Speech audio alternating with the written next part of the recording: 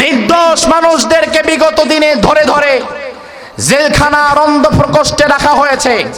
নির্দোষ মানুষগুলোকে রাখা হয়েছিল আয়না ঘরে, আর হারামজাদাদেরকে রাখা হয়েছিল সংসদে।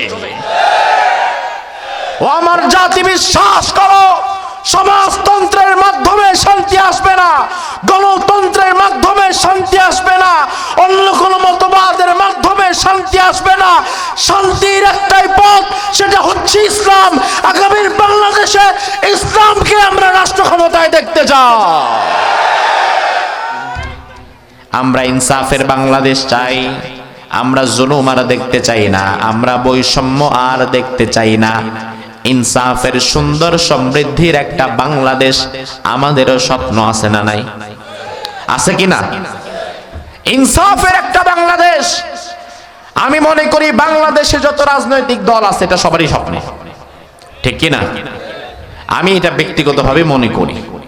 তার কারণ আমার ভাইরা, ইনসাফের বাংলাদেশ, ন্যায় নীতির বাংলাদেশ, বৈষম্য যে বাংলাদেশে থাকবে না, যে বাংলাদেশে জুলুম থাকবে না, চাঁদাবাজি থাকবে না, টেন্ডারবাজি থাকবে না, একের হক অপরে মেরে খাবে না, এমন একটি সুন্দর বাংলাদেশ দেখার স্বপ্ন আজকে আপনাদের আছে না নাই? আছে না নাই? 54 বছর পার হয়ে গিয়েছে বাংলাদেশের জন্ম হয়েছিল, বাংলাদেশের বয়স এখন 54 বছর, 55 বছর।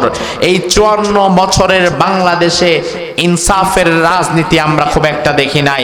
এই 54 বছরের বাংলাদেশে ন্যায় নীতি সাম্য আমরা দেখি নাই, বরং আমরা দেখেছি স্বাধীনতার পর শুধুমাত্র দলের পালাবদল হয়েছে, নেতার পালাবদল হয়েছে, কিন্তু সিস্টেমের কোনো পালাবদল হয় নাই।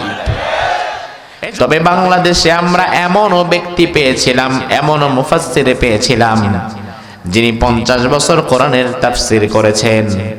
বাহিরে যেমন তিনি সিংহের মতো গর্জন দিয়ে মাথা উঁচু করে বেঁচেছিলেন, তাকে যখন ধরা হলো, গ্রেফতার করা হলো, ভেতরে যাওয়ার পরে তিনি ভয় পেয়ে যান নাই, বরং বাহিরে যেমন তিনি সিংহের মতো কোরআনের পক্ষে ছিলেন, ভেতরে যাওয়ার পরেও তিনি সিংহের মতো কোরআনের পক্ষেই ছিলেন। বরং তার কাছে হাজারো উপায় ছিল, তার কাছে হাজারবার নানাবিধ প্রলোভন তাকে দেখানো হয়েছিল। শুধুমাত্র তাকে বলা হয়েছিল, আপনি শুধুমাত্র আপনার মতাদর্শ পরিত্যাগ করেন, আর কিচ্ছু লাগবে না, আপনি শুধুমাত্র আপনার মতাদর্শ পরিবর্তন করেন। আপনার মতাদর্শ হচ্ছে জমিন যার, আইন চলবে তার। এই মতাদর্শ পরিত্যাগ করে আপনি শুধুমাত্র অন্যদের মতো পীর মুরিদি করে বেড়ান, অন্যদের মতো প্রয়োজনে আপনি আর একটা ইসলামী দলও করেন, প্রয়োজনে আপনার যত টাকা লাগে, যত কর্মী লাগে, যা লাগে সব আপনারে দেওয়া হবে, সংসদে সিট দেওয়া হবে, যা যা প্রয়োজন সব দেওয়া হবে। শুধুমাত্র আপনি আল্লাহর জমিনে আল্লাহর বিধান কায়েম করা লাগবে, এই মতাদর্শ থেকে সরে দাঁড়ান। আমার ভাইরা, তিনি হাজারো প্রলোভন, হাজারো উপায় তার সামনে যখন ছিল, একটা উপায়কেও তিনি গ্রহণ করেন নাই, বরং তিনি বলেছিলেন না, বরং আমি বাহিরে সারা জীবন আল্লাহর জমিনে আল্লাহর দিন কায়েমের কথা যেমন বলেছি, তোমরা আমারে কারাগারে নিয়ে এসেছো, তোমরা আমারে আবদ্ধ করে ফেলেছো, তোমরা আমারে জেলখানায় রেখেছো, রিমান্ড দিয়েছো, অত্যাচার দিয়েছো, এমনকি তোমরা যদি আমারে ফাঁসির মঞ্চেও নিয়ে যাও, ফাঁসির মঞ্চে গিয়েও আমি বলবো আল্লাহর জমিনে আল্লাহর দিন কায়েম করাই লাগবে। আজ আমি সে সকল রাজনৈতিক দলের নেতা এবং কর্মীদের বলে দিতে চাই, যারা ভারতের বিরুদ্ধে ভয়ে মুখ খুলতে চায় না, যারা ভয় পেয়ে চুপচাপ বসে থাকে, আজ আমি তোমাদের বলে দিতে চাই, আমার মাইকের আওয়াজ যাদের কানে ঢুকছে তাদের আমি বলে দিতে চাই, আগামীর বাংলাদেশে কে ক্ষমতায় যাবে আর কে ক্ষমতা থেকে নামবে তা ভারত ঠিক করবে না, ঠিক কি না? আগামীর বাংলাদেশে কে ক্ষমতায় যাবে আর কে ক্ষমতা থেকে নামবে তা ভারত, আমেরিকা, চীন, রাশিয়া কেউ ঠিক করবে না, তা ঠিক করবে বাংলাদেশের 18 কোটি মুসলমান।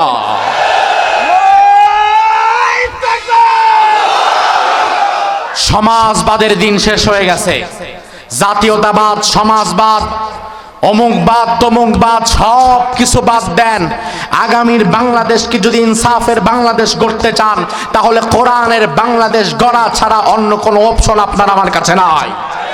54 বছর মার খেয়েছি, অত্যাচারিত হয়েছি, 47 একবার বিজয় অর্জন করলাম, ধরে রাখতে পারলাম না। 71 আবার বিজয় অর্জন করলাম, ধরে রাখতে পারলাম না। 24 বিজয়ও ধরে রাখতে পারবেন না যদি না আপনারা কোরআনের কাছে আসেন। এই বিজয়ও শেষ হয়ে যাবে, চলে যাবে, আবার নতুন কোন জালিম হয়তো মাথার উপরে বসে যেতে পারে। এজন্য আমরা 47 বুঝি না, 71 আর 24 বুঝি না। আগামীর বাংলাদেশকে আমরা ইসলাম দিয়ে সাজাতে চাই, আগামীর বাংলাদেশকে আমরা কোরআন দিয়ে সাজাতে চাই। আবু সাইদ মুগ্ধের রক্তের মাধ্যমে যেই নতুন বাংলাদেশ আমরা পেয়েছি, এই বাংলাদেশ বামপন্থীদের বাংলাদেশ নয়, এই বাংলাদেশ মুনাফিকদের বাংলাদেশ নয়, এই বাংলাদেশ মুশরিকদের বাংলাদেশ নয়, এই বাংলাদেশ হবে ইমানদারদের বাংলাদেশ। আগামীর বাংলাদেশে কারা ক্ষমতায় আসবে সেটাও তো আমরা জানি না, আল্লাহ আলাম, আল্লাহ ভালো জানেন। তবে আগামীর বাংলাদেশে ক্ষমতায় যারাই আসুক না কেন, আমাদের প্রাণের দাবি থাকবে তাফসীর মাহফিলের ময়দানগুলো এখন যেভাবে উন্মুক্ত রয়েছে তখনও যেন সেভাবেই উন্মুক্ত থাকে। তার কারণ এখন আপনি ক্ষমতায় নাই, এজন্য আপনি বাধা দিতে পারতেছেন না, কিন্তু ক্ষমতায় যাওয়ার পরে যদি বাধা দেন তাহলে পূর্বের আচরণ আপনার মধ্যেও ঢুকে যাবে, এবং পূর্বের জালিমদেরকে আমরা যেইভাবে তাড়িয়েছি, আগামীতে যদি এই জাতির উপর কেউ জালিম হয়ে দাঁড়িয়ে যায় তাকেও বাংলার জনগণ সেভাবেই তাড়াবে।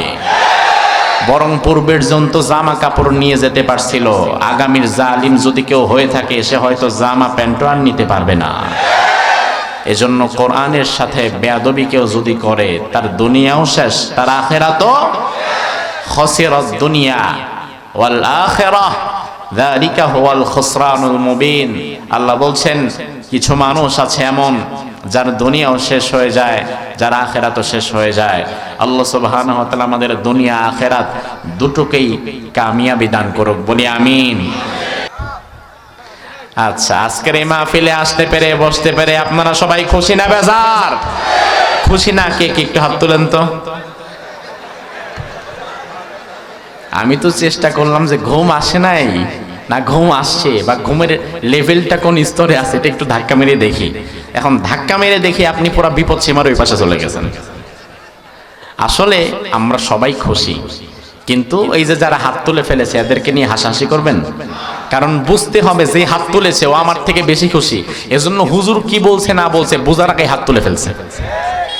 আল্লাহ তাআলা আমার নীলফামারী বাসীকে, জল ঢাকার এই মানুষগুলোকে কোরআনের জন্য কবুল করুক, আমরা বলি আমিন। সবাই পড়েন আউযু বিল্লাহি মিনাশ শাইতানির রাজিম বিসমিল্লাহির রহমানির রহিম। ألم تر إلى الذي حاج إبراهيم في ربه أن آتاه الله الملك إذ قال إبراهيم ربي الذي يحيي ويميت قال أنا أحيي وأميت قال إبراهيم فإن الله يأتي بالشمس من المشرق فأت بها من المغرب فبهت الذي كفر والله لا يهدي القوم الظالمين। সবাই মিলে একটু জোরে বলেন তো আল্লাহু আকবার। আল্লাহ রাব্বুল আলামিন কোরআনুল কারীমের সূরাতুল বাকারা এই সূরার 258 নম্বর আয়াতের মধ্যে বললেন আলাম তারা ইলাল্লাযী হাজ্জা ইব্রাহিম, ও নবী আপনি তো ওই ব্যক্তির বিষয়টা তো আপনি দেখেন নাই যে ব্যক্তি আমার ইব্রাহিমের সঙ্গে ঝগড়ায় লিপ্ত হয়ে গিয়েছিল। ফি রাব্বিহি, রবের ব্যাপারে, আন আতাহুল্লাহুল মুলক, অথচ ওই ব্যক্তিকে আমি আল্লাহ তাআলা ক্ষমতার সিংহাসনে বসিয়েছিলাম। আমার ভাইরা, আল্লাহ রাব্বুল আলামিন মূলত উক্ত আয়াতের মধ্যে মুহাম্মাদুর রাসূলুল্লাহ সাল্লাল্লাহু আলাইহি ওয়াসাল্লামকে 4000 বছর পূর্বের একটি ইতিহাস জানিয়ে দিচ্ছে। ইরাকের বাবেল নগরীতে ইব্রাহিম আলাইহিস সালাম নামে যে নবীরে আল্লাহ তাআলা পাঠিয়েছিলেন, ইব্রাহিম আলাইহিস সালামের সাথে কোনো একদিন হঠাৎ করে কারো ঝগড়া বেঁধে যায়। যার ঝগড়া বেঁধে গিয়েছিল, কোন বিষয়ে ঝগড়া বেঁধেছিল, পরবর্তীতে কি সমাধান হয়েছিল, আল্লাহ তাআলা এই আলোচনাগুলোকে রাসূল সাল্লাল্লাহু আলাইহি ওয়াসাল্লামকে শোনাচ্ছে। রাসূলকে শোনানোর মানে হচ্ছে আল্লাহ তাআলা রাসূলের মাধ্যমে গোটা উম্মতে মুহাম্মাদীকে এই বিষয়টা জানাতে চায়। ও ভাই আমার, ভালো করে বুঝবেন, কোরআন কোন ইতিহাসের কিতাব নয়। নিছক গল্প ঘটনার ইতিহাস শোনানোর জন্য কোরআন দুনিয়াতে আসে নাই। কোরআন যদি ইতিহাসের কিতাব হতো, গল্প আর ঘটনার কিতাব যদি কোরআন হতো, তাহলে কোরআন হয়ে যেত মিনিমাম 500-1000 পারা, 30 পারা কোরআনে ইতিহাস হতো না। তার কারণ আমার ভাইরা, দুনিয়াতে আল্লাহ তাআলা নবী রাসূল 1-2জন পাঠান নাই। দুনিয়াতে আল্লাহ তাআলা নবী এবং রাসূল পাঠিয়েছেন লক্ষ লক্ষ, লক্ষাধিক। অথচ আপনি মনোযোগ সহকারে কোরআনটা একবার পড়লে দেখবেন, কোরআনের ভিতরে কিন্তু 1 লক্ষ নবীর জীবনী নাই, বরং 1 লক্ষ নবীর নামই নাই। কোরআনে আল্লাহ তাআলা 50 জন নবীর কথাও বলেন নাই। কোরআনে আল্লাহ তাআলা মাত্র গুনে গুনে 25 জন নবীর নাম উল্লেখ করেছেন। আল্লাহ তাআলা নবী রাসূল পাঠালেন লক্ষ লক্ষ, কিন্তু কোরআনে লক্ষ লক্ষ নবীর নাম তো দূরে থাক, মাত্র 25 জনের নাম নিলেন। আবার 25 জনের সবার আলোচনা কোরআনে বিস্তারিত আপনি পাবেন না। ইয়াসা, ইলিয়াস, ইদ্রিস, যুলকিফল, এ সকল নবীদের আলোচনা ছিল খুব সংক্ষিপ্ত, 2-1 শুধু তাদের নাম এসেছে। কিন্তু 30 পারা কোরআনে আল্লাহ তাআলা যেই নবীর নাম অসংখ্যবার উল্লেখ করেছেন, যেই নবীকে আল্লাহ তাআলা কোরআনে অসংখ্য জায়গায় যার আলোচনা করেছেন, ওই নবীর নাম হচ্ছে ইব্রাহিম আলাইহিস সালাম। আমার ভাইরা, আলোচনার প্রথম ভূমিকাটা ভালো করে মনে রাখবেন, তাহলে পরবর্তী কথাগুলো বুঝতে সুবিধা হবে। যে আয়াতে কারিমা আমি আপনাদের সামনে তেলাওয়াত করলাম, ঐতিহাসিক প্রেক্ষাপটকে সামনে এনে বর্তমান বিশ্ব পরিস্থিতি এবং আমাদের করণীয়, এ সকল বিষয়গুলো এই আয়াতের তাফসীরের মাধ্যমে আপনার সামনে পরিষ্কার হয়ে যাবে। আল্লাহ রাব্বুল আলামিন কোরআনুল কারীমে যে সকল নবীর নাম বারবার বলেছেন, বহুল আলোচিত নবীদের মধ্যে ইব্রাহিম আলাইহিস সালাম অন্যতম একজন নবী। কোরআনে আল্লাহ তাআলা ইব্রাহিম নবীর ব্যাপারে এত বেশি কথা কেন বললেন? তার কারণ হচ্ছে, অন্যান্য নবীদের সাথে আমাদের সম্পর্ক যতটা, ইব্রাহিম নবীর সাথে আমাদের সম্পর্ক কি তার চাইতে কম না বেশি? বুঝতেছেন তো? আমার ভাইরা, ভালো করে বোঝেন। ইউনূস আলাইহিস সালাম একজন নবী, নবী হিসাবে তাকে আমরা মানি, এছাড়া কিন্তু তার সাথে আর আমাদের কোনো সম্পর্ক নাই। নূহ আলাইহিস সালাম একজন নবী, নবী হিসাবে তাকে আমরা মানি, এছাড়া কোনো সম্পর্ক তার সাথে আর আমাদের নাই। ঈসা আলাইহিস সালাম একজন নবী, নবী হিসাবে তাকে আমরা মানি, তবে এর চাইতে বেশি সম্পর্ক তার সাথে আর আমাদের নাই। কিন্তু ইব্রাহিম আলাইহিস সালাম একজন নবী, নবী হিসাবে শুধু তাকে মানলেই দায়িত্ব শেষ হয়ে যাবে না, বরং ইব্রাহিম নবীর সাথে এখানে আপনারা যারা বসে আছেন, আপনাদের আরেকটা সম্পর্ক আছে না নাই? আমার ভাইরা জবাব দেন, ইব্রাহিমের সঙ্গে কি আমাদের আরেকটা সম্পর্ক আছে না নাই? ওই সম্পর্ক হচ্ছে, তিনি আমাদের, ইব্রাহিম আমাদের। যারা কথা কয় না তাদের জাতির পিতা কি আবার আরেকজন নাকি? বিগত 16 বছর তো আরেকজনকে বানায় রাখছিলেন। এজন্যই এখন ইব্রাহিম জাতির পিতা এটা বলতে কষ্ট হয়। অথচ আমার ভাইরা ভালো করে বুঝবেন, ইব্রাহিম আলাইহিস সালাম যে আমার জাতির পিতা, সে কথাটা দুনিয়ার কোনো মানুষ আমাদের জানায় নাই। ইব্রাহিম যে আমার জাতির পিতা সেটা আমারে বলেছেন কে? আল্লাহ বললেন, বান্দা শুনে নাও, মিল্লাতা আবিকুম ইব্রাহিম হুয়া সাম্মাকুমুল মুসলিমিন। তিনি তোমাদের জাতির পিতা ইব্রাহিম, তিনি তোমাদের নাম রেখেছেন মুসলমান। এই জন্য দুনিয়াতে আপনি যে মুসলমান বলে আজকে নিজের পরিচয় দিচ্ছেন, আপনি যে দাবি করছেন আমি মুসলমান, এই নামটাই তো রেখেছে আপনার বাবা ইব্রাহিম আলাইহিস সালাম। এই জন্য আপনি যদি দাবি করেন আমি মুসলমান, তাইলে কিয়ামতের আগ পর্যন্ত তোমার জাতির পিতার জায়গায় ইব্রাহিম ছাড়া অন্য কাউকে বসাতে পারবা না। আর যদি তুমি তোমার জাতির পিতার জায়গায় ইব্রাহিম ছাড়া অন্য কারো বাপের তোমার জাতির পিতার জায়গায় বসাও, তাহলে বুঝতে হবে তুমি স্বেচ্ছায় মুসলমানদারিত্বের নাম থেকে তোমার নামটা কেটে দিয়েছো। আমাদের জাতির পিতাকে আরো জোরে বলেন।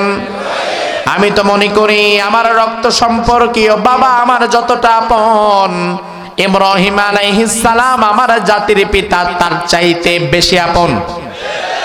কারণ দুনিয়াতে আসলে আমার বাবা যে আমার বাবা সেটা তো আমরা দেখিও নাই, সেই সাক্ষ্য আমাদের কাছে দিয়েছে আমার মা, চাচি, খালা, নানি। কিন্তু ইব্রাহিম যে আমার বাবা এই সাক্ষ্যটা দুনিয়ার কোনো মানুষ দেয় নাই। ইব্রাহিম যে আমার বাবা এই সাক্ষ্যটা দিয়েছেন কে? এজন্য মুসলমানের সন্তানের কাছে কিয়ামত পর্যন্ত জাতির পিতার প্রশ্নে ইব্রাহিম আলাইহিস সালাম ছাড়া অন্য কোন ব্যক্তি স্থান পাবে? অসম্ভব। আল্লাহ রাব্বুল আলামিন ইব্রাহিম আলাইহিস সালামের কথা কোরআনে বারবার আলোচনা করেছেন। কেন আলোচনা করলেন? তার কারণ হচ্ছে আমার আল্লাহর আয়াতের মধ্যে বললেন, ইন্না ইব্রাহিমা কানা উম্মাতান কানিতাল লিল্লাহি হানিফা। নিশ্চয়ই আমার ইব্রাহিম তিনি একা ছিলেন, তবে তিনি একা কোনো ব্যক্তি না, তিনি একাই ছিলেন একটা জাতির মতো শক্তিশালী। আল্লাহু আকবার। জাতি এবং ব্যক্তির পার্থক্য আছে না নাই? আমি একা ব্যক্তি, আমি জাতি না। জাতি হচ্ছে আমরা হাজার লক্ষ লক্ষ মানুষ যখন একত্রিত হয়ে দাঁড়াবো তখন আমরা জাতি। আবার একা হয়ে গেলে আমরা হব ব্যক্তি। আল্লাহ তাআলা ইব্রাহিম আলাইহিস সালামের ব্যাপারে বললেন, ইন্না ইব্রাহিম কানা উম্মাতান কানিতাল লিল্লাহি হানিফা। আমার ইব্রাহিম যদিও একা একজন মানুষ ছিলেন, তবে তিনি একা একজন মানুষ না, আমি আল্লাহর কাছে আমার ইব্রাহিম হচ্ছে একাই একটা জাতির মতো শক্তিশালী। ও ইব্রাহিমের সন্তানেরা, তোমরা যারা নিজেদেরকে ইব্রাহিমের সন্তান বলে দাবি করো এবং পরিচয় দাও, তোমাদের বাবা ইব্রাহিম এমন এক জামানায় দুনিয়াতে এসেছিল যেই জামানা হচ্ছে ঘোর অন্ধকারে নিমজ্জিত শিরকিয়াতের একটা সমাজ, যার আশেপাশে চতুর্দিকে ছিল মুশরিকদের দ্বারা বেষ্টিত একটা জায়গা। ইব্রাহিম একা ইমানদার, পুরা রাষ্ট্র মুশরিক, পুরা সমাজ মুশরিক, মা বাবা ভাই বোন আত্মীয় স্বজন সবাই মুশরিক। সব মুশরিকের মধ্যে তিনি একা ইমানদার হয়ে সবার বিরুদ্ধে লড়াই করতে পেরেছিলেন। বর্তমান বাংলাদেশের একদিকে বঙ্গোপসাগর আর তিন দিকে রয়েছে মুশরিক পরিবেষ্টিত একটি সমাজ, তিন দিকে রয়েছে মুশরিকদের বিরাট একটা ভূখণ্ড। বর্তমান বাংলাদেশের মুসলমানদেরকে ইব্রাহিমী চেতনায় উজ্জীবিত হয়ে পার্শ্ববর্তী দেশের মুশরিকদের সকল ষড়যন্ত্রকে ভেঙে চুরমার করে দিতে হবে। তার কারণ হচ্ছে 4000 বছর আগে ইব্রাহিম আলাইহিস সালাম তাকে নিয়ে মুশরিকদের যে ষড়যন্ত্র হয়েছিল, আজও মুশরিকদের সেই ষড়যন্ত্র মুসলমানদেরকে ঘিরে আসে না নাই? আমার ভাইরা লক্ষ্য করেন,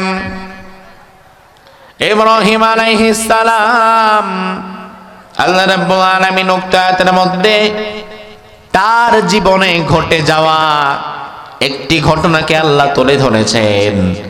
যেন ওই ঘটনা থেকে আমরাও আমাদের বাবা ইব্রাহিমের মতো হওয়ার জন্য স্বপ্ন দেখতে পারি। আল্লাহ রাব্বুল আলামিন বললেন, ও নবী আপনি তো জানেন না, আলাম তারা ইলাল্লাযী হাজ্জা ইব্রাহিম, ও নবী আপনি তো জানেন না, এক ব্যক্তি আমার ইব্রাহিমের সঙ্গে ঝগড়ায় লিপ্ত হয়েছিল। আমার ভাইরা ভালো করে বুঝবেন, ইব্রাহিম আলাইহিস সালাম যেহেতু একজন নবী, নবীর সাথে যে ঝগড়া করে সে কি ভালো মানুষ না খারাপ মানুষ?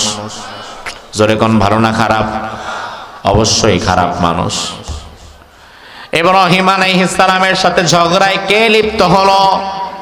মুফাসসিরগণ তাফসীরের মধ্যে লিখেছেন, ইব্রাহিম আলাইহিস সালামের সাথে ঝগড়ায় যে লিপ্ত হয়েছিল তার নাম হচ্ছে নমরুদ। কি নাম? কি নাম?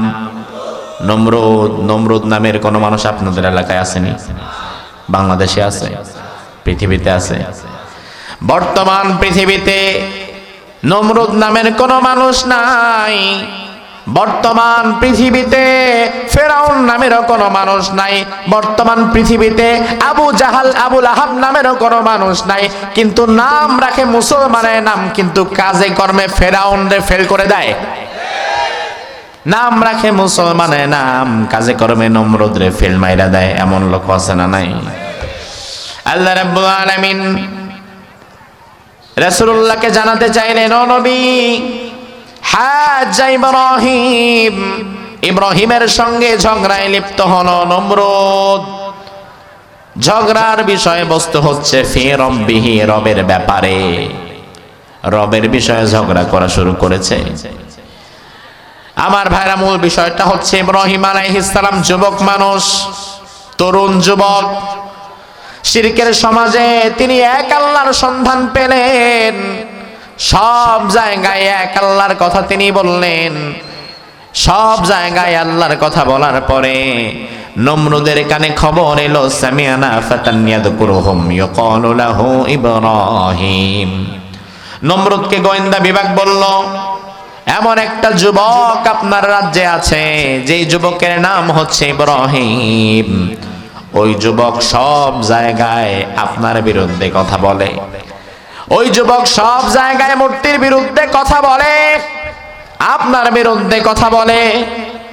এবার নমরুদ বলল, তাই নাকি? কি বলে? সভাসদবর্গরা জানালো, ওই যুবক সব জায়গায় গিয়ে বলে, ও ভাইরা শুনে রাখো, নমরুদ আমাদের রব না, এই মূর্তিগুলো আমাদের রব না, আমাদের একজনই রব। তিনি কে? আরো জোরে কন। নমরুদ বলল, তাই নাকি? আমাকে রব মানে না? এত বড় সাহস!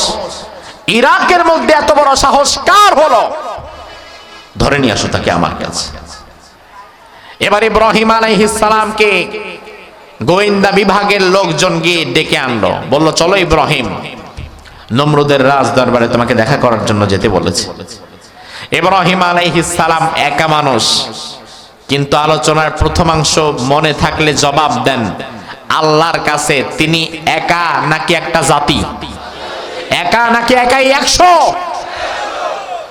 আপনার কাছে আমার কাছে তিনি হয়তো একা একজন ব্যক্তি, কিন্তু ঈমানের বলে তার সাহস এতটা বেড়ে গিয়েছিল।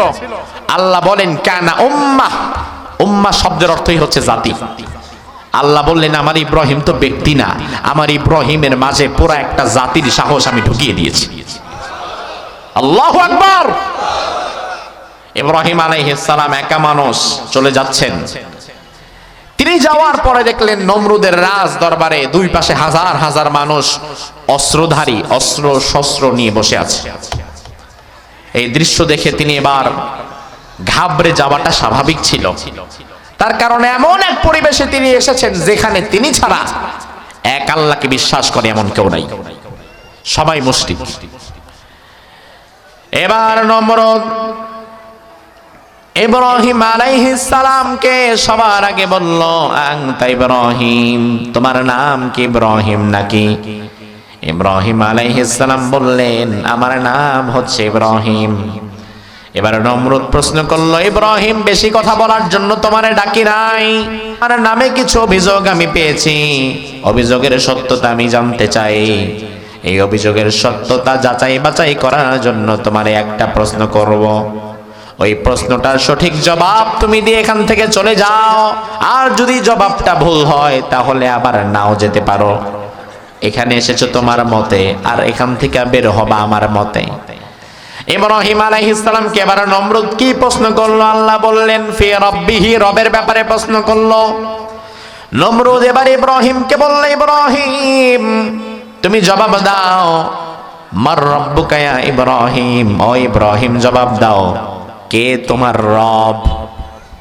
কে তোমার আমার ভাইয়ের ইব্রাহিম আলাইহিস সালামের প্রসঙ্গে পরে কথা বলি, আগে এই প্রশ্নটা যদি আপনাদেরকে এখন কেউ করে, জলঢাকার ভাইয়েরা জবাব দেন, কোটামারার ভাইয়েরা জবাব দেন, কে আমাদের রব?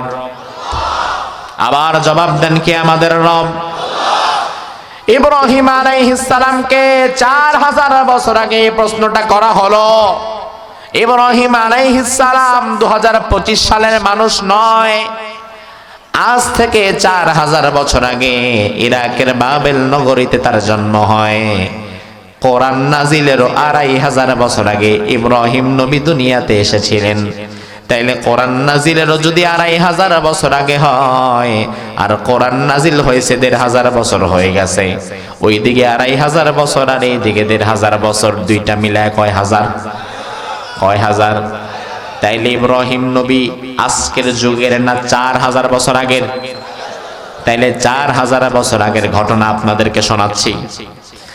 আজকে আপনাকে যখন আমি প্রশ্ন করলাম কে তোমার রব, আপনারা জবাব দিলেন আল্লাহ। ইব্রাহিম আলাইহিস সালামকে নমরুদ তখন একই প্রশ্ন করলো, ইব্রাহিম জবাব দাও, কে তোমার রব? ইব্রাহিম আলাইহিস সালাম কোন চিন্তা ভাবনা ছাড়া হাজার হাজার মুশরিকদের মধ্যে একা হয়ে তিনি চিৎকার দিয়ে বললেন, আল্লাহ আমার রব। কে আমার রব? আরো জোরে কোন? তবে আমার ভাইয়ের একটা মজার ব্যাপার লক্ষ্য করবেন, আজকে আপনি আল্লাহকে আল্লাহ বলে স্বীকার করলেন, স্বীকৃতি দিলেন, আর 4000 বছর আগে ইব্রাহিম যে আল্লাহকে আল্লাহ বলে স্বীকৃতি দিয়েছিল, আপনার আজকের স্বীকৃতি আর ইব্রাহিমের স্বীকৃতি কিন্তু এক নয়। তার কারণ হচ্ছে আজকে আপনি এমন একটা সময় আল্লাহকে আল্লাহ বলে স্বীকৃতি দিলেন, যে সময়ে আল্লাহকে আল্লাহ বলে স্বীকৃতি দিলে কোনো হামলা নাই, মামলা নাই, বিপদ নাই, মুসিবত নাই। আপনি যে বললেন আল্লাহ আমার রব, এতে কিন্তু আপনার কেউ গ্রেফতার করবে না, এতে আপনার কল্লায় কেউ কোপ মারবে না, এতে আপনার কেউ আঘাত করবে না। তবে ইব্রাহিম আলাইহিস সালাম তিনি যেই মুহূর্তে আল্লাহ আমার রব বলেছিলেন, তখন পরিবেশ পরিস্থিতি এতটা সহজ ছিল না। তখন আল্লাহকে রব বলে স্বীকার করার কারণে ইব্রাহিম আলাইহিস সালামের উপরে বিপদ হওয়ার সম্ভাবনাও আছে না নাই?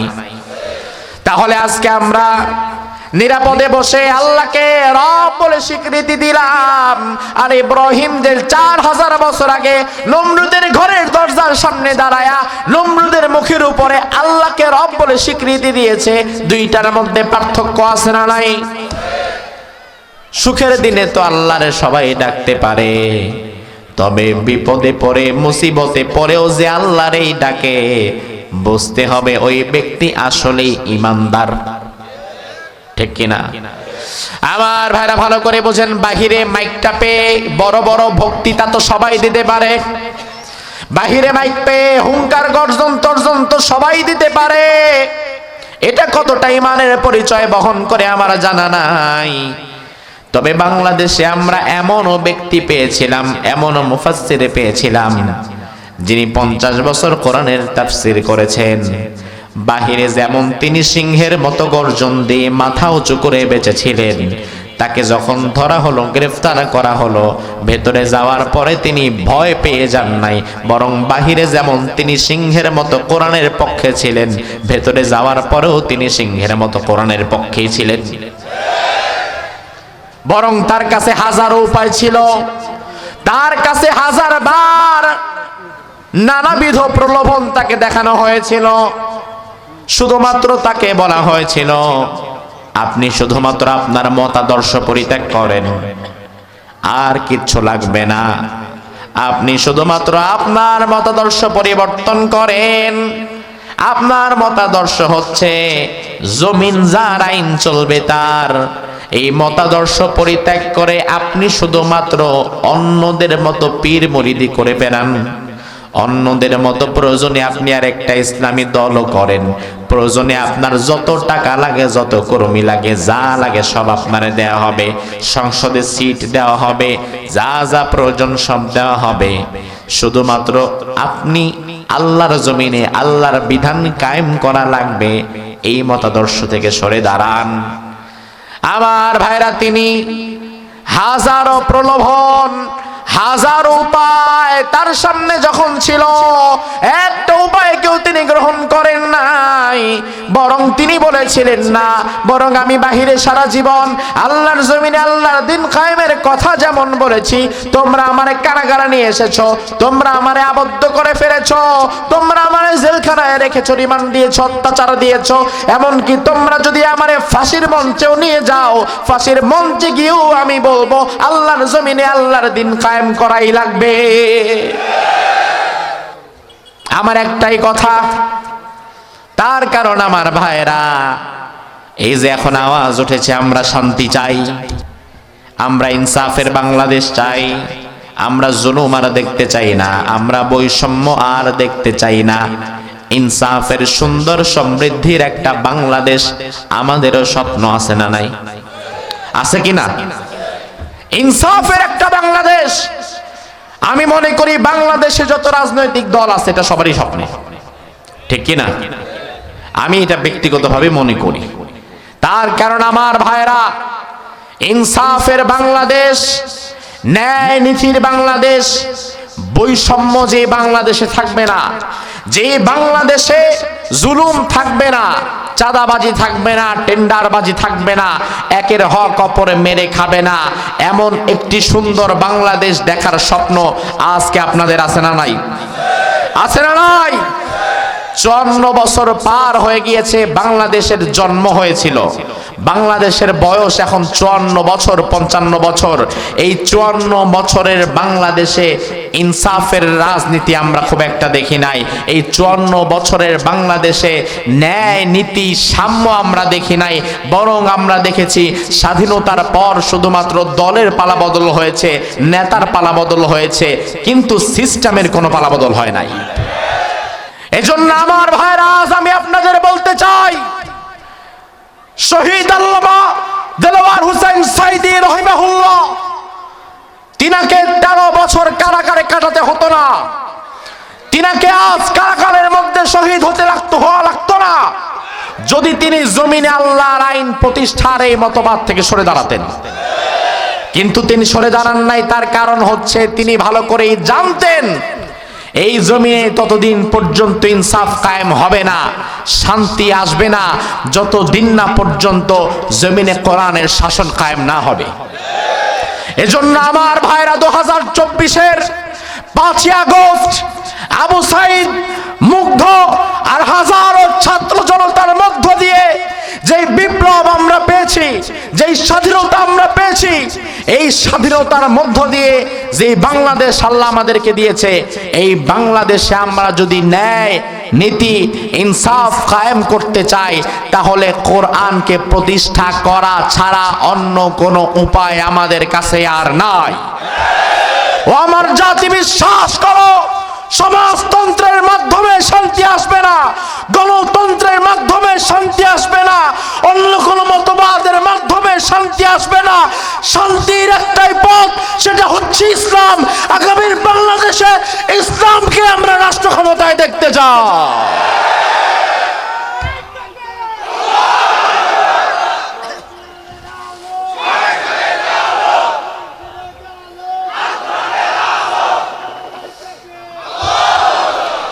যে দলই আপনি করেন না কেন, যদি মুসলমান হন, তাহলে মৃত্যুর আগে কোরআনকে সংবিধান হিসাবে দেখতে চাওয়া আপনার স্বপ্ন থাকা অপরিহার্য।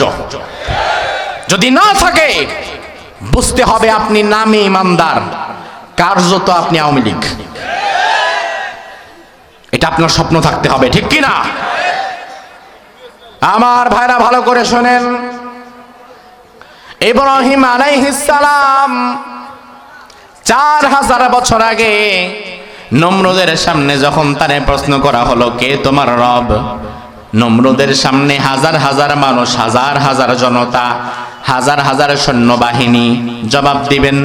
ওই সৈন্যবাহিনীরা কি ইব্রাহিমের পক্ষে না নমরুদের পক্ষে?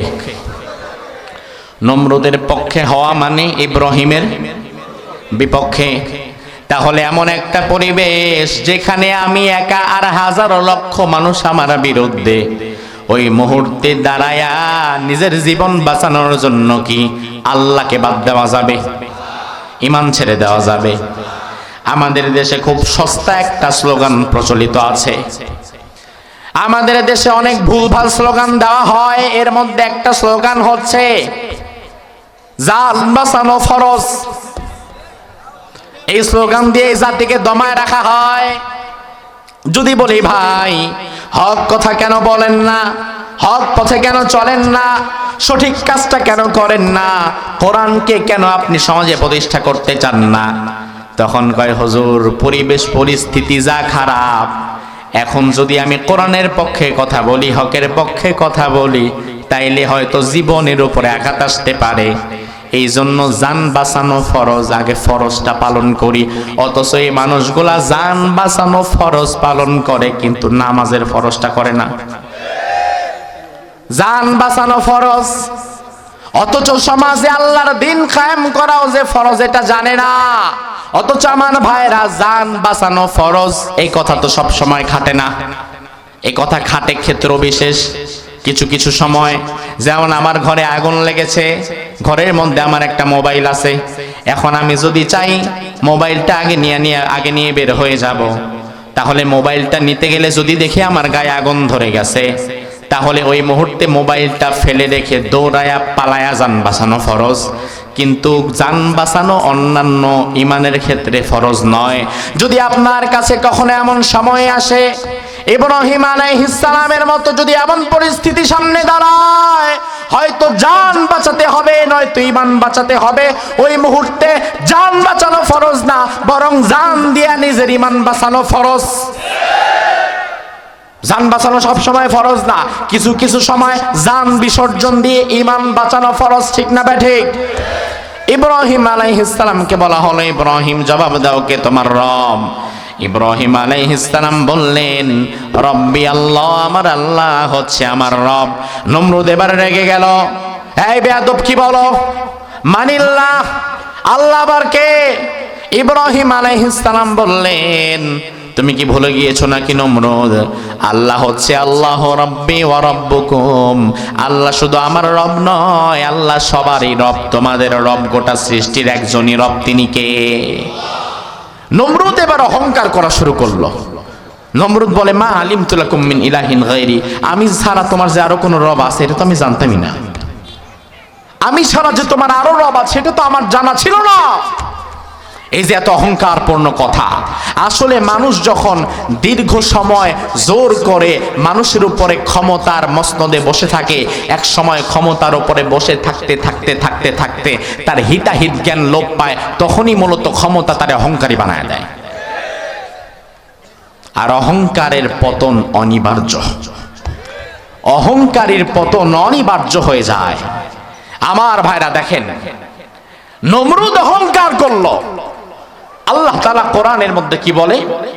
আল্লাহ তাআলা বললেন আন আতাহুল্লাহুল মুলক, অথচ নমরুদ যে অহংকার করলো, ক্ষমতার অহংকার, এই ক্ষমতা তো নমরুদকে আমি দিয়েছিলাম। কে দিয়েছিল? জোরে কোন কে দিয়েছিল? দুনিয়াতে ফেরাউনকে ক্ষমতা কে দিয়েছিল? নমরুদকে কে দিয়েছিল? দুনিয়ার বড় বড় রাজা, বাদশা, জালিম, স্বৈরাচার যেই হয় না কেন, ক্ষমতা কি কে দেয়? আবার নামায় কি? আল্লাহ বললেন কুলিল্লাহুম্মা মালিকাল মুলকি তুতিল মুলকা মান তাশা ওয়া তানজিউল মুলকা মিম্মান তাশা ওয়া তুইজ্জু মান তাশা ওয়া তুযিল্লু মান তাশা বিয়াদিকাল খায়র ইন্নাকা আলা কুল্লি শাইইন কাদির। ও নবী, আপনি দুনিয়ার মানুষদেরকে বলে দেন, আমি আল্লাহ সব ক্ষমতার মালিক, আমি রাজাধিরাজ। আমি আল্লাহর চেয়ে বেশি ক্ষমতা দুনিয়া আখিরাতে কারো নাই।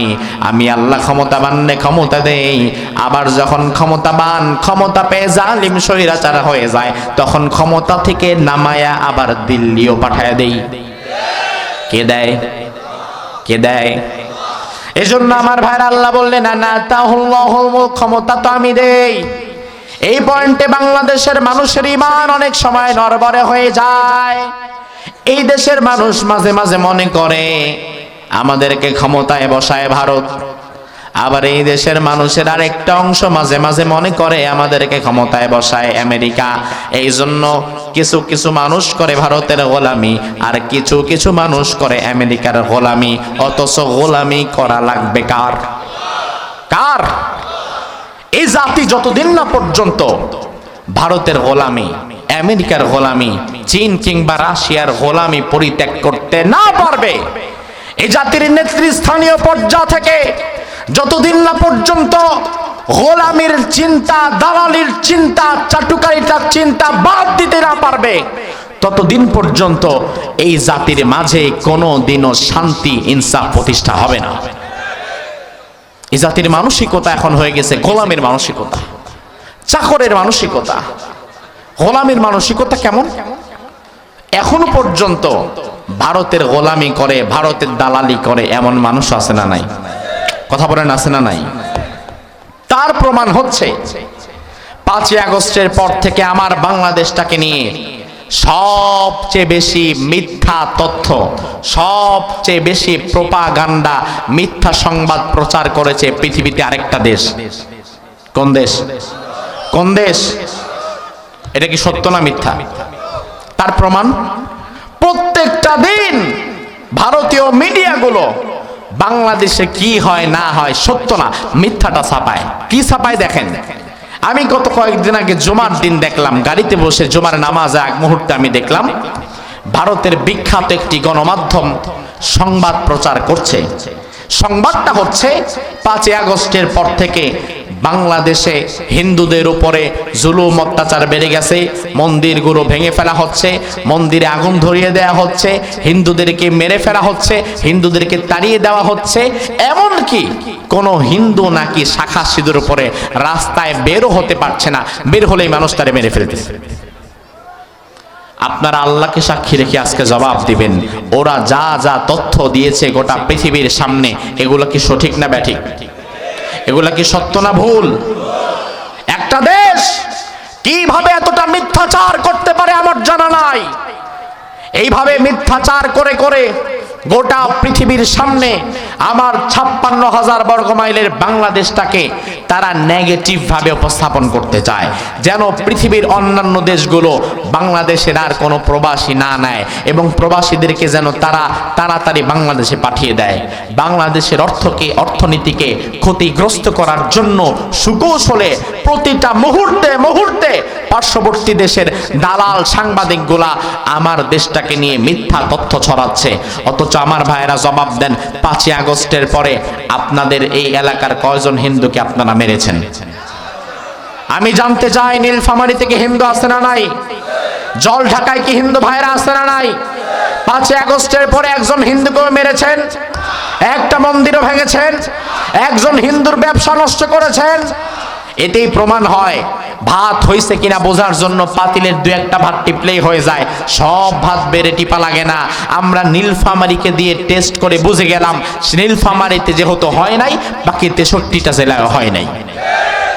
বরং বাংলাদেশের মানুষ যদি একবার তোমাদের মতো সন্ত্রাসবাদ, উগ্রবাদ আর ধর্মান্ধতাকে উস্কে দিত, তবে স্বাধীনতার 54 বছর লাগে না, 24 ঘন্টার মধ্যে আমরা হিন্দুদেরকে প্যাকেট করে মামু বাড়িতে পাঠিয়ে দিতে পারতাম।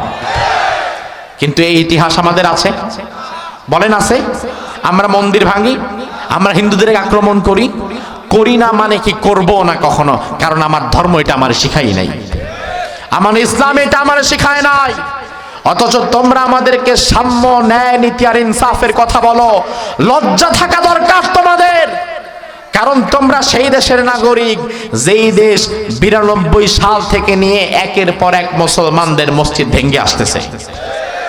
92 সালে তোমরা প্রথম বাবরি মসজিদ ভাঙলা, মুসলমানদের 400 বছরের ঐতিহ্যবাহী মসজিদ তোমরা ভেঙে ফেললা।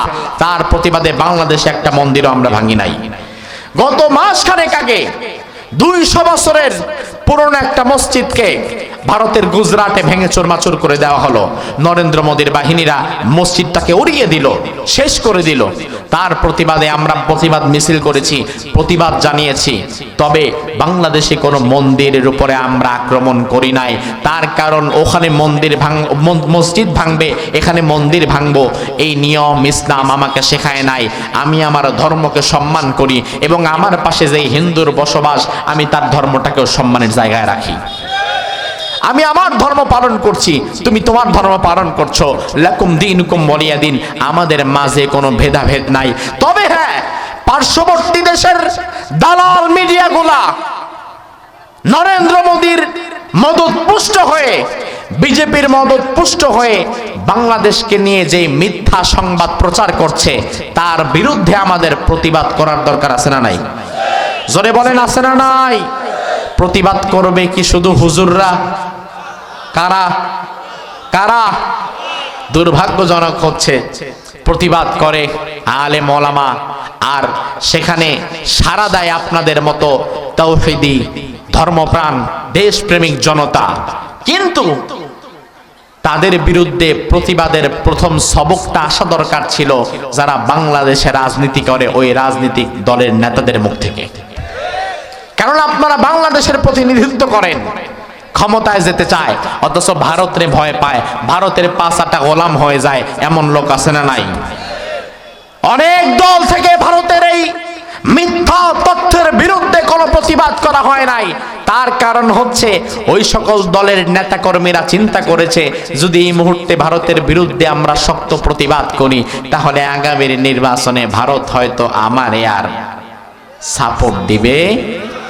এই ভয় হয়তো তারা ভারতের অন্যায়ের বিরুদ্ধে, মিথ্যা সংবাদের বিরুদ্ধে আর মুখ খোলে না। আজ আমি আমার জল ঢাকা নীলফামারীর মানুষের কাছে বলতে চাই, আল্লাহকে সাক্ষী রেখে জবাব দিবেন, ক্ষমতায় নেওয়ার মালিক কি নরেন্দ্র মোদী, ডোনাল্ড ট্রাম্প নাকি আল্লাহ? আবার জবাব দেন, ক্ষমতায় নেওয়ার মালিক কে? এজন্য কে ক্ষমতায় যাবে আর কে নামবে, এটা কি ভারত ঠিক করবে? ভারত ঠিক করবে? আমার নীলফামারীর ভাইরা বিশ্বাস করো, আজ আমি সে সকল রাজনৈতিক দলের নেতা এবং কর্মীদের বলে দিতে চাই, যারা ভারতের বিরুদ্ধে ভয়ে মুখ খুলতে চায় না, যারা ভয় পেয়ে চুপচাপ বসে থাকে, আজ আমি তোমাদের বলে দিতে চাই, আমার মাইকের আওয়াজ যাদের কানে ঢুকছে তাদের আমি বলে দিতে চাই, আগামীর বাংলাদেশে কে ক্ষমতায় যাবে আর কে ক্ষমতা থেকে নামবে তা ভারত ঠিক করবে না। ঠিক কি না? আগামীর বাংলাদেশে কে ক্ষমতায় যাবে আর কে ক্ষমতা থেকে নামবে তা ভারত, আমেরিকা, চীন, রাশিয়া কেউ ঠিক করবে না, তা ঠিক করবে বাংলাদেশের 18 কোটি মুসলমান।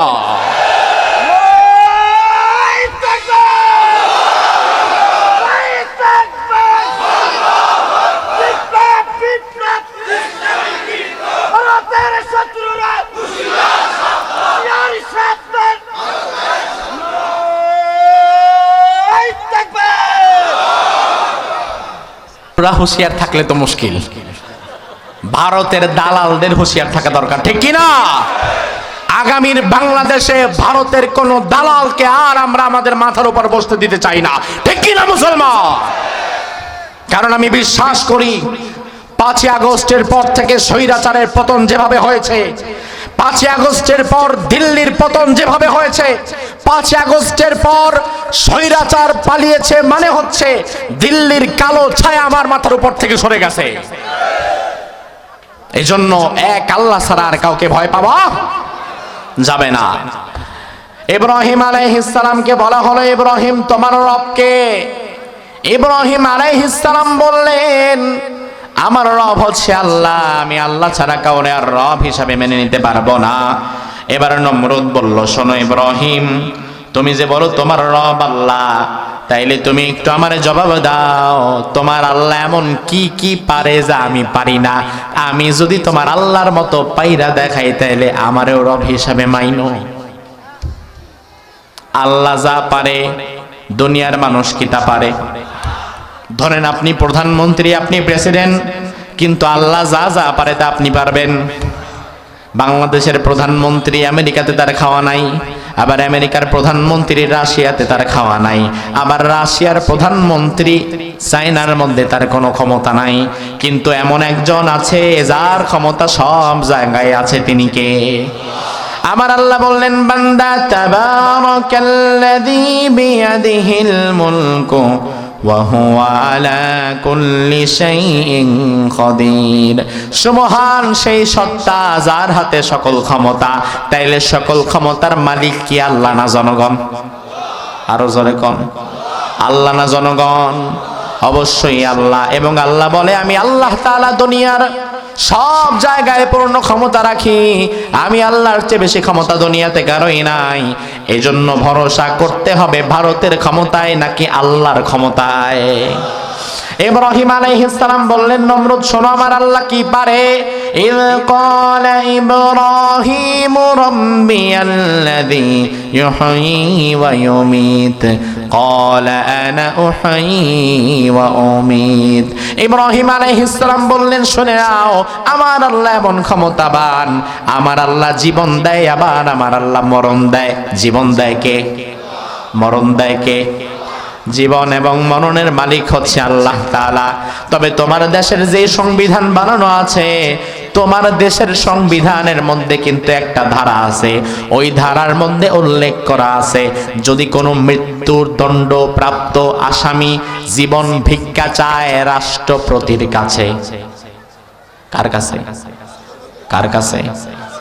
যদি কোনো মৃত্যুদণ্ডপ্রাপ্ত আসামি জীবন ভিক্ষা চায় রাষ্ট্রপতির কাছে, তাইলে রাষ্ট্রপতি চাইলে বিশেষ ক্ষমতা বলে জীবন ভিক্ষা দিতে পারে।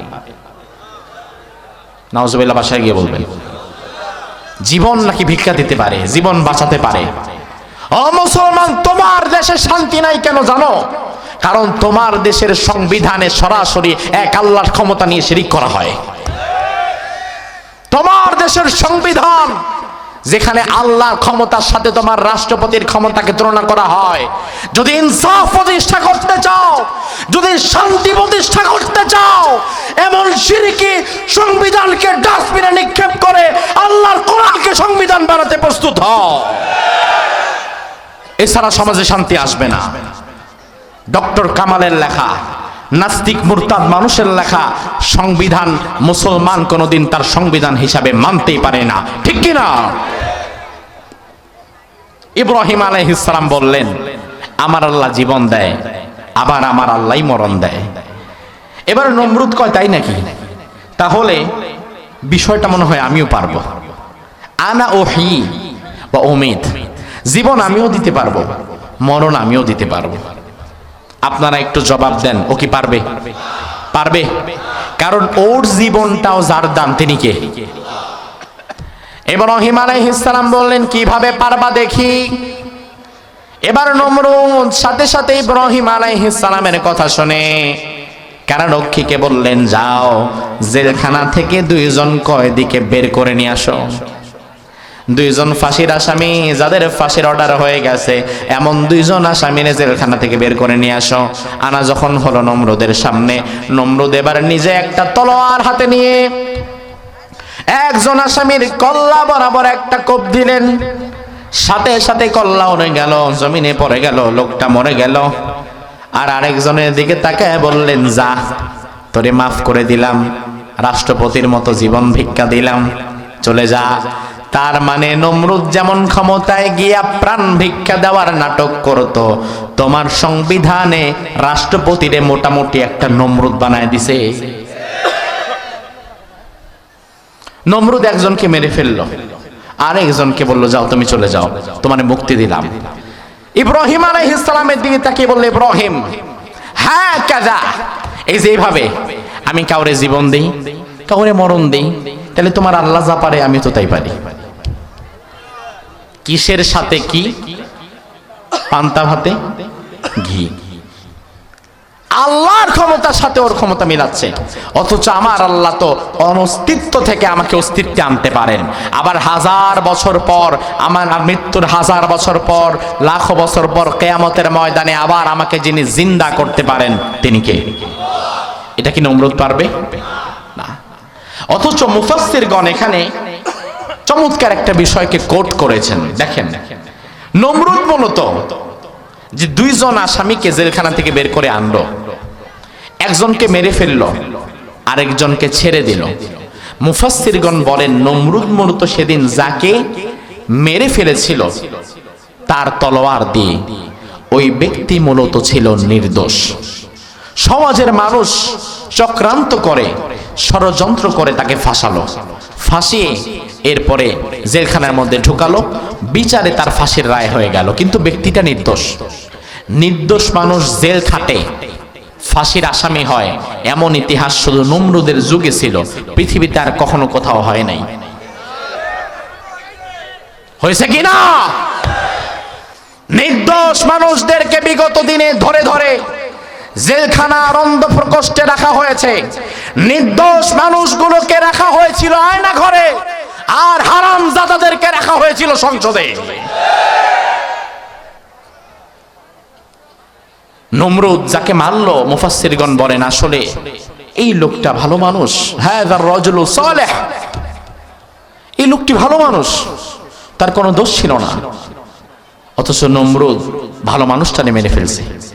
আর যে ব্যক্তিকে নমরুদ ছেড়ে দিল, এই ব্যক্তি ছিল মূলত ইরাকের বাবেল নগরীর 20 জন মানুষকে হত্যার আসামি,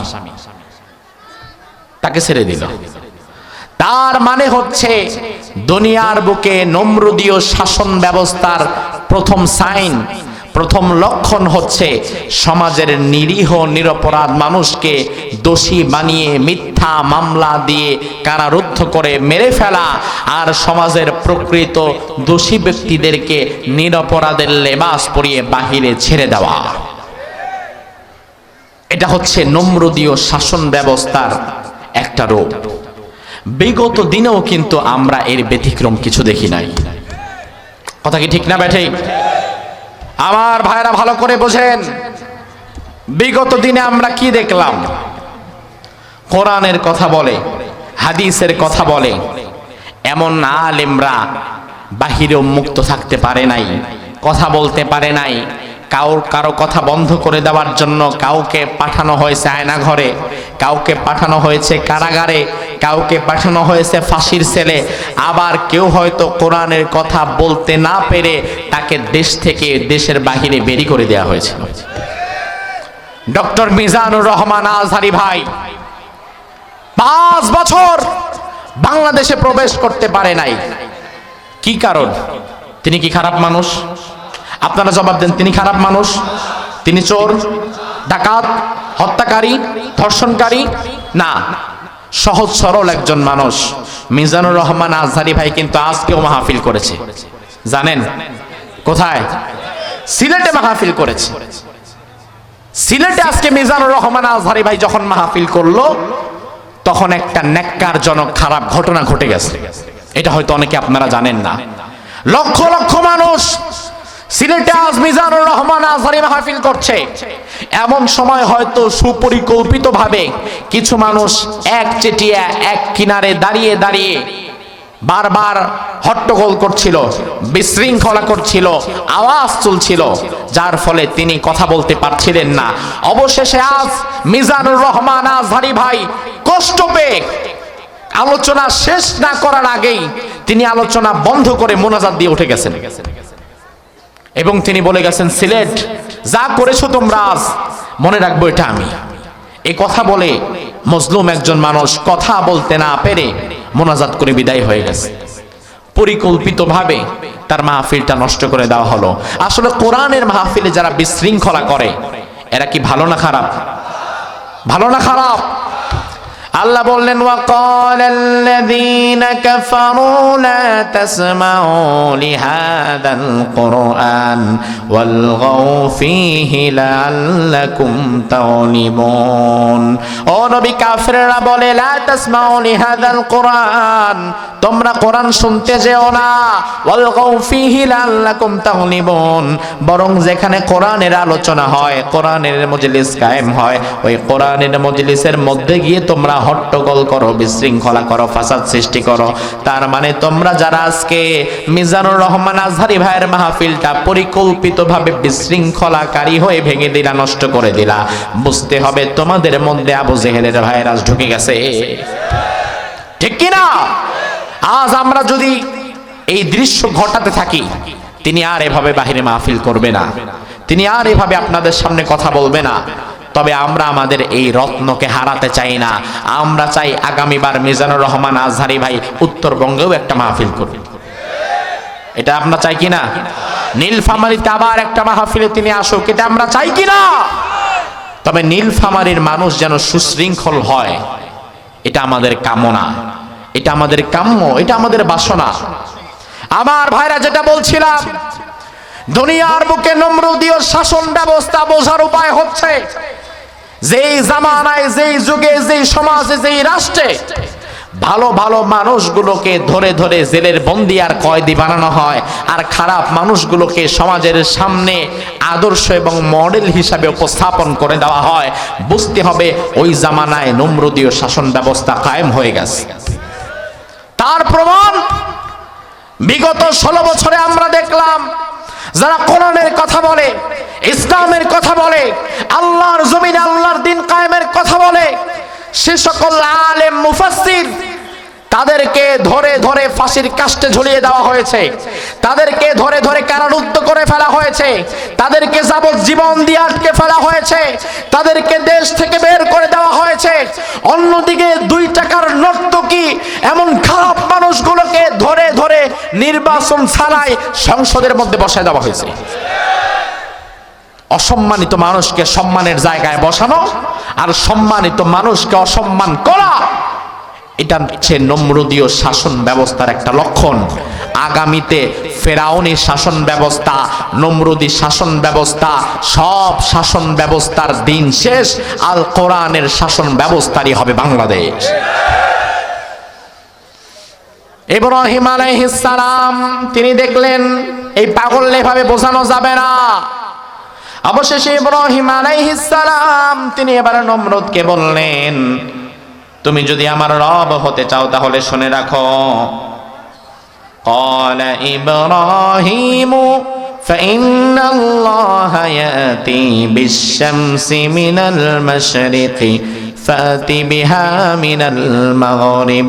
ও নমরুদ, শুনে নাও, আমার রব এমন আল্লাহ, তিনি জীবিতকে মৃত করে আবার মৃতরে জীবিত করে। শুধু তাই নয়, আমার রব এমন আল্লাহ, তিনি প্রতিদিন পূর্ব দিগন্ত থেকে সূর্যকে উদিত করে, আবার পশ্চিম দিকে আমার রব সূর্যকে ডুবাইয়া দেয়।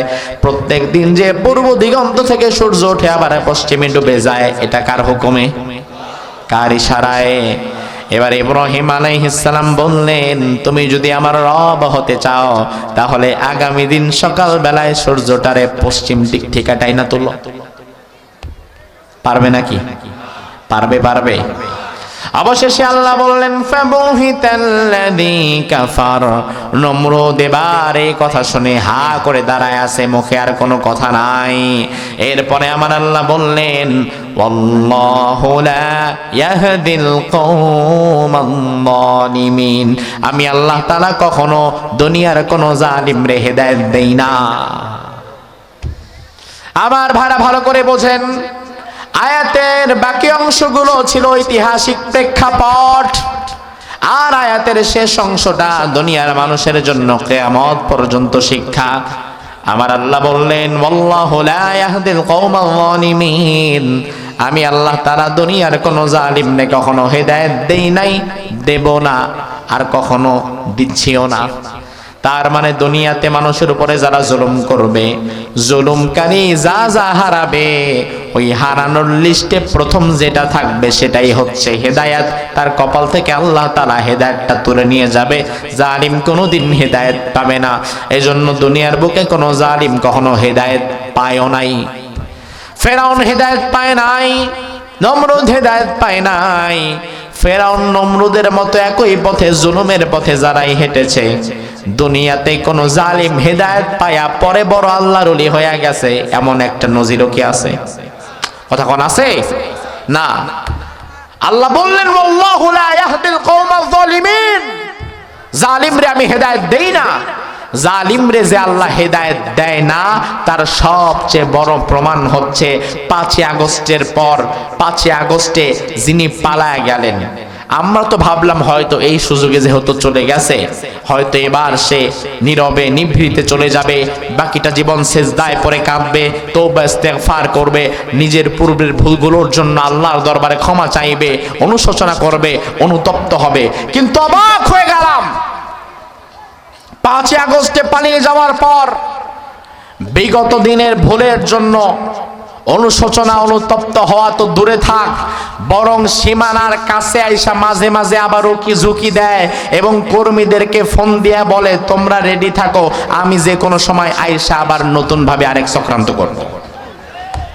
ঠিক কিনা? তার মানে হেদায়েত পাইছে।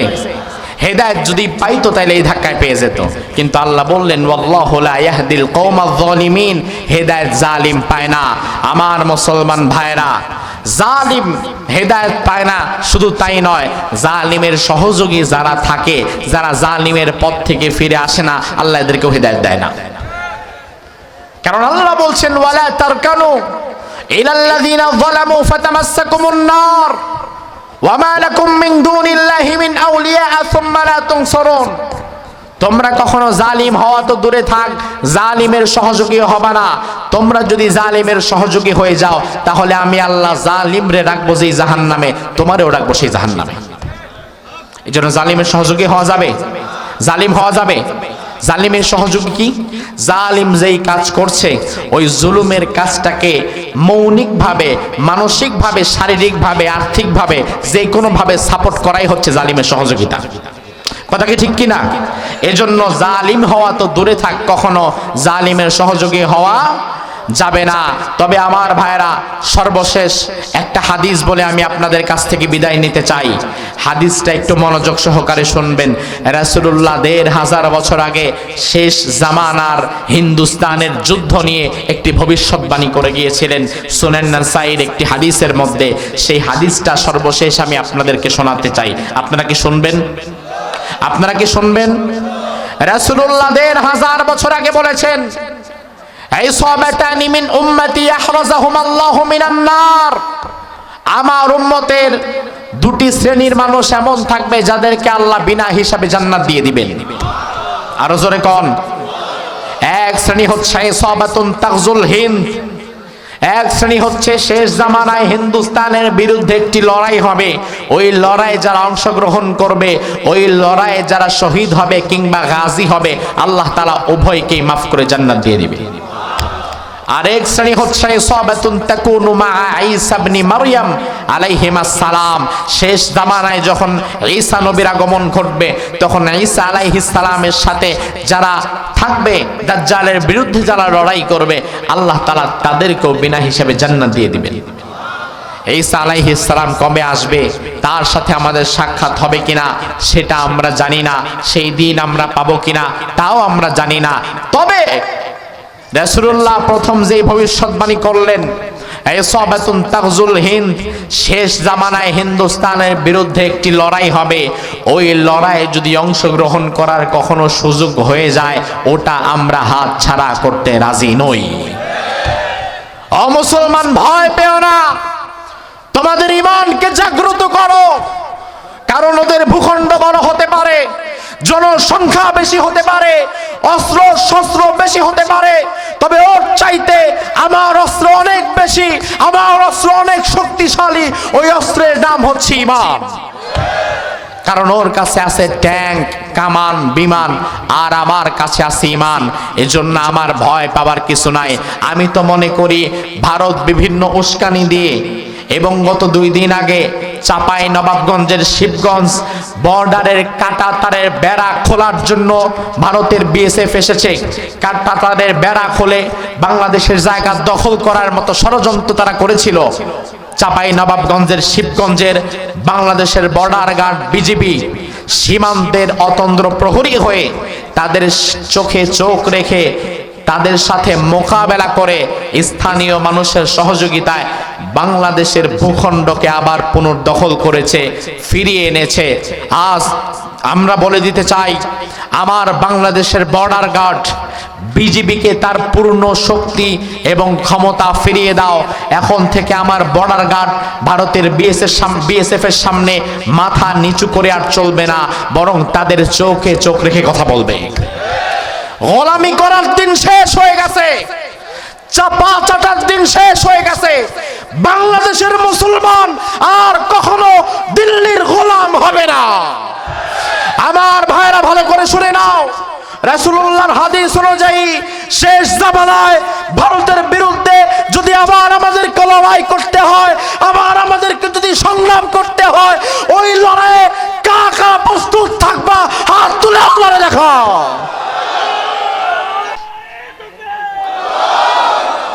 সমাজবাদের দিন শেষ হয়ে গেছে।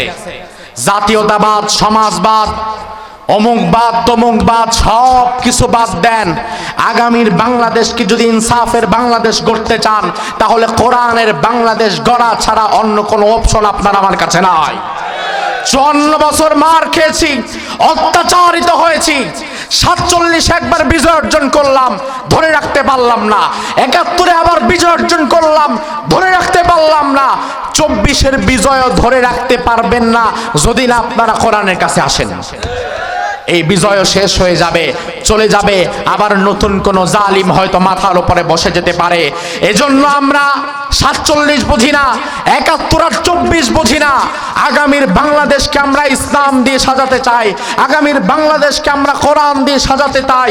আবু সাইদ মুগ্ধের রক্তের মাধ্যমে যেই নতুন বাংলাদেশ আমরা পেয়েছি, এই বাংলাদেশ বামপন্থীদের বাংলাদেশ নয়, এই বাংলাদেশ মুনাফিকদের বাংলাদেশ নয়, এই বাংলাদেশ মুশরিকদের বাংলাদেশ নয়, এই বাংলাদেশ হবে ইমানদারদের বাংলাদেশ।